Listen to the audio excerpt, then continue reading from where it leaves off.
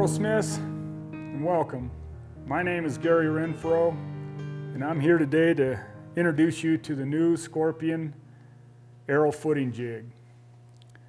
A couple years ago, Connie and I put together a how-to DVD on building a footed aero, and since that time we've got many phone calls from guys that were having a little bit of difficulty building some of the jigs that were depicted in that movie.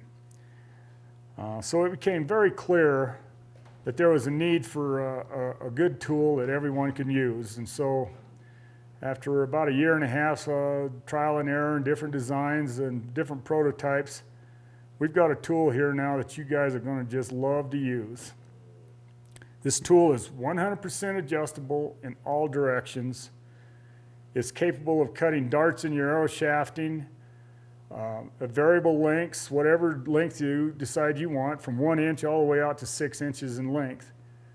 It will do aero shafting from 5/16 all the way through to 3/8 of an inch in diameter. And what we're going to do is we're going to show a bunch of close-ups on how to set this thing up on your table saw or a router table or whichever method you decide to use. And so let's get started, and we'll show you exactly all the fine points of this tool. The Scorpion gets its name from its precise indexing tail. This is a heavy-duty, hard anodized tool that is used to hold your aero shafting securely, allowing you to push it through a cutter, either a router bit or the custom blade that we offer. I'm going to fire up the saw here, and I'm going to run 4 aero shafts through this just as fast as I can go with it on normal speed. I mean, you don't need to hog things. Obviously, you'll mess something up, but I'm going to run them through there. And all things being equal, we can take this 3/8 inch, call it out, drop in a 5/16, call it and insert. Drop in a 5/16, insert and call it, and you should still be very close to right on without having to make too much of adjustments. That's one of the highlights about this thing, because center is center. It doesn't matter if it's 3/8 of an inch in diameter or if it's the little 5/16 shaft.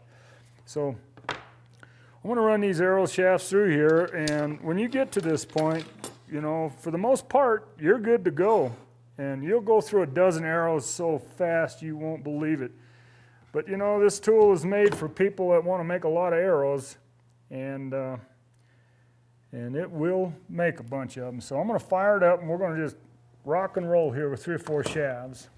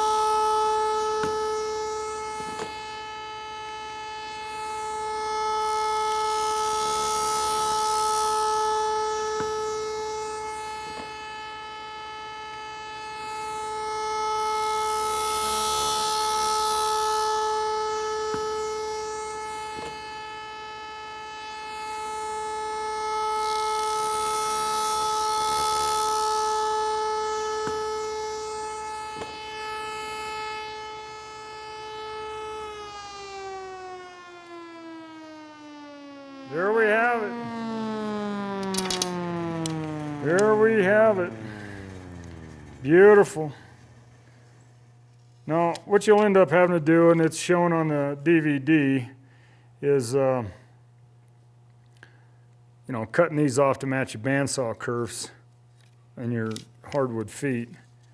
And these on this 3/8 inch are right at 6.5 inches right now. Of course, when you sand them down, they're almost 7 inches.